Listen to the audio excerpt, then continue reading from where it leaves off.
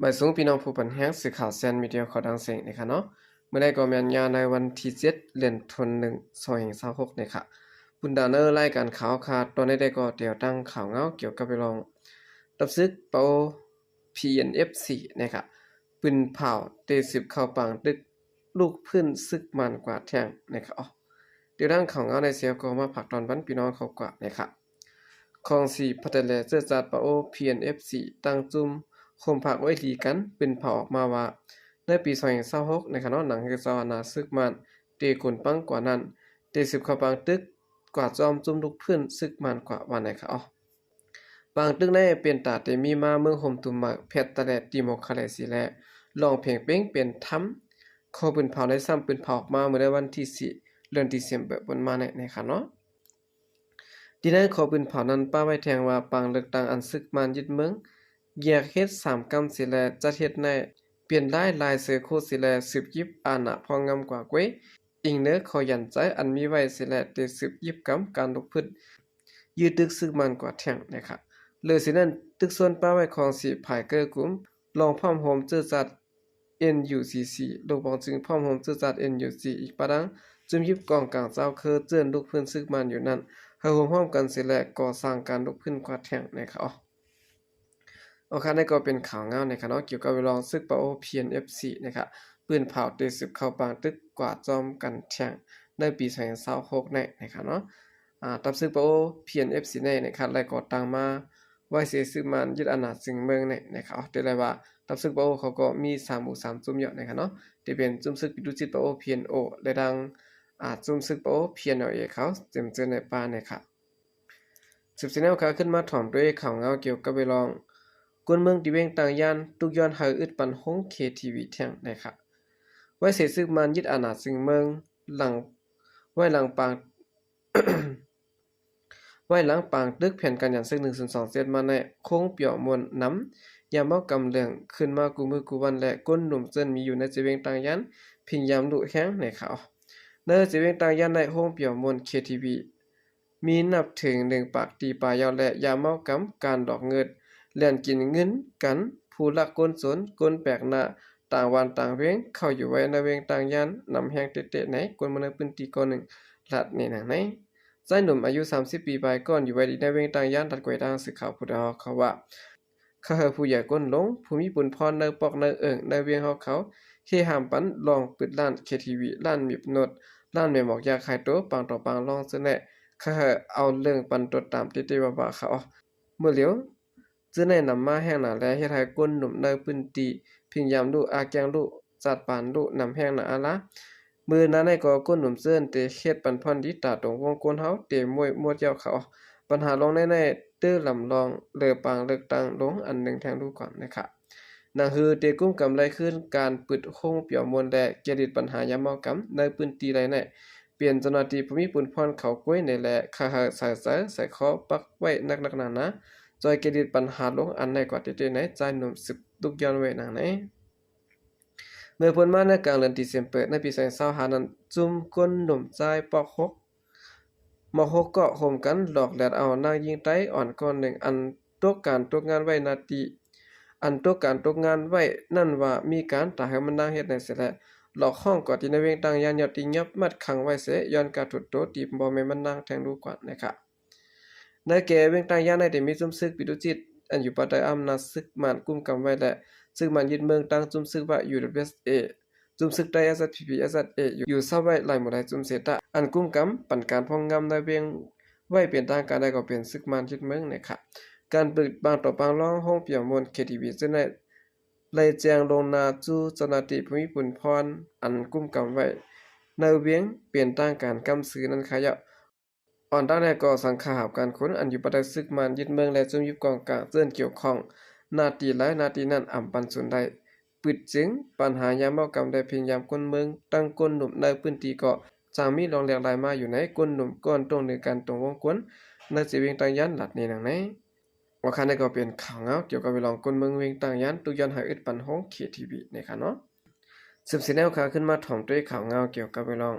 ซึกมันเนาะอำไปยอมปึดปันโคตีเวงสีปอขึ้นและก้นเมืองหบทบตั้งหยับผึดนะครับ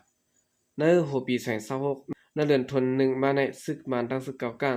ควบทุบอกโอ้กันไล่ขอตกลงกันเสียแลตั้งผายศึกเก่าก้าง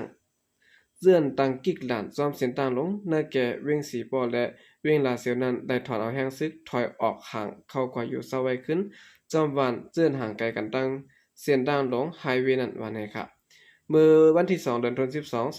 2025ในซึกเก่าก้างแต่ถอนสายซึกออกกว่าอยู่ไว้จอมวันอันลูกตั้งเวงสีปอแผ่ออกกว่าตั้งทุ่งนำลันตีดังแผเก่าลักน่าจะเวงสีปอในก้นหนุ่มเวงนำลันก่อนใกล้ออกข้าวร่างกว่าเมื่อวันที่2เดือนธันวาคม2026นะครับเนาะตั้งฝ่ายซึกเก่าก้างแต่ถอนสายซึกออกกว่าอยู่ไว้จอมวันอันลูกตั้งดีเวงสีปอแผ่ออกกว่าตั้งทุ่งนำลันตีดังแผเก่าลักน่าจะเวงสีปอในก้นหนุ่มเวงนำลันก่อนใกล้ออกข้าวร่างกว่ามาในเวงสีปอหลัดนี้ตีดังสื่อข่าวปุถุหอกเขาป้าไว้หนังไหนเมื่อตั้งในซึกเก่ากลางเขาอยู่ต่อบ่ถึงโหโคสีปออองดีเขาถอยมาอยู่ไว้เมืองเดียวในเปลี่ยนดีดังแผลูกอดีสีปอกว่านำลันลูกนำลันกว่าสีปอเมื่อเดียวในตั้งไผ่เก่ากลางเขาลูกตั้งหน้าหมักคอยและถอยออกกว่าหมดเจ้าแหขึ้นกว่าอยู่ไว้ตั้งวันปังนิ้วกุ้งมงปุ้นคันนะครับหรือว่าซึกเก่ากลางเขาในย่ามเดียวขึ้นไว้จอมไผ่ออกตั้งกะในเกวันปังนิ้วกว่าตั้งวัน2เกวันแสงแก้ววันโหยะเสียมจนในสิแล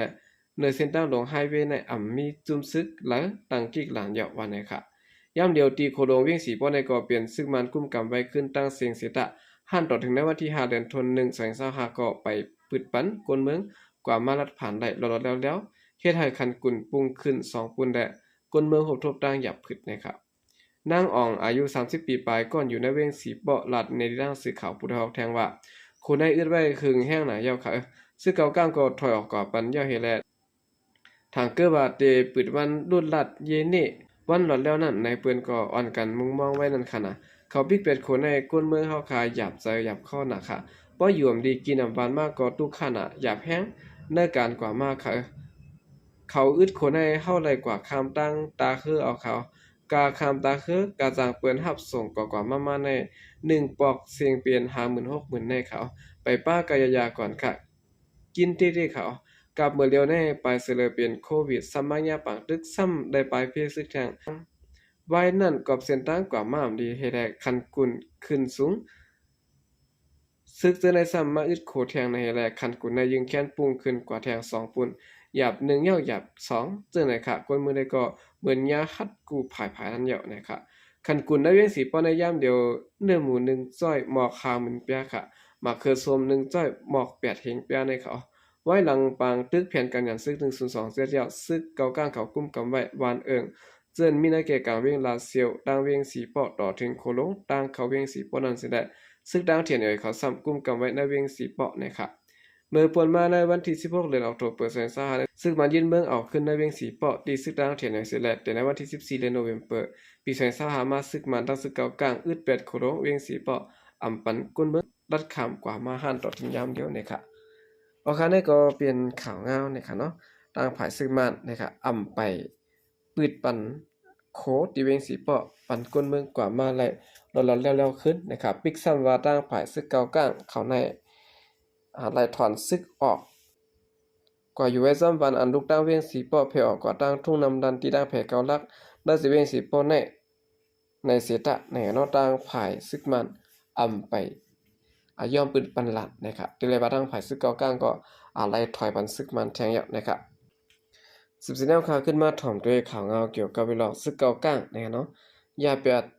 ขอกวัวกวนวันตีน้ำอมเสแลขายกินเป็นลอกนะครับเมื่อปื้นตีหลัดกว่าด้านสื่อข่าวทีวีปีว่าเมื่อวันที่4เดือนธันวาคม2026นะครับเนาะเดี๋ยวเขาย้ำกันในเจ้ากวนซึกเก่าก้างเอเมนเตเขามาตีขอกวัวกวนวันอันมีภายหลังป้านน้ำมันโหวันน้ำอมหากวนเมืองกำพองเปยามเสแลอย่าเปียดขอกวัวกวนวันเขาย้ำกันใน6 โมงต่อถึง7 โมงเนี่ยเขา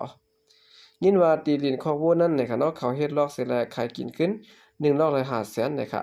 หันเปิ้นมาเฮ็ดเคลื่อนไว้เต็มอยู่หมอก10หลังไปกวนเสื้อนมาอยู่หมากซื่อนั้นลูกตีหลายเสียคายมากอมฮู้ค่ะเขาก่อมยามหันเนี่ยค่ะเมื่อกวนวันเขากว่าหามสิกวนซึกเก่าก้างเขาสำรัดว่ากวนหลวงเฮาจะเฮ็ดกวยเมื่อสืบพ้นถามกวนหลวงเขาซ้ำว่าได้มีข้อปงความสังหลองในทางได้กวนเขตในวันเขาเฮ็ดกวยยินว่ามี2เกาะอันเฮ็ดในเขา กวนมันเปิ้นตีสิบลาดว่าอองตีนั้นเมือนตั้งสึกข้างแข็งปันขวางหายสึกเก่ากลางเมนเตแค่ปังตับไว้โจข้าวกวยยามในซ้ำมีพอลอกดินหิมหอมนั้นสิได้ปันเจ้าเข็มเข้ามาอยู่นะคะกวนมันเปิ้นตีคำห้านจะลองในแลในวันที่5เดือนธันวาคม2026ในก่อนกันเขากว่าในตับสึกเก่ากลางเขาสิได้อ่างกว่าทุกย้อนให้กึดปันลองเฮ็ดขึ้นลองอยากคอกวูแลอันขายกินตีดินกวยกลางยาสึกเก่ากลางเขาเอากองยื้อเสียหลอกเงิดในเขาอองที่นั้นนะคะเนาะมีหิมตังกากดขายหมูเจเปลี่ยนตีก้นวันน้ำเขาเฮ็ดคอกโวมาเสมอปานสึกปานวันนั้นก็ซึกขางเขามาพองงำซ้ำปันสึกเก่ากลางแค่ปังตับยามเดียวซ้ำสึกเก่ากลางอ่ำค่ำค่ายปันเยาแลจังเป็นปฏิขัดจัดกันไว้ในเขานี่ก็เป็นข่าวงาวในค่ะเนาะต่างภายสึกเก่ากลางนะคะอย่าไปของวูกวนเมืองเสียแลตัดเฮ็ดลอกเสขึ้นขายกินปันกวนเขเขาในค่ะเนาะกำเดินสุดในก็ยินโจมนับยองกุงมุนถึงพี่น้องผู้กำแถมปัญญาก็ดังเสียงอยู่ค่ะยินโจมนับยองมีนำเสข่าวใจก็เดียมาส่งค่ะ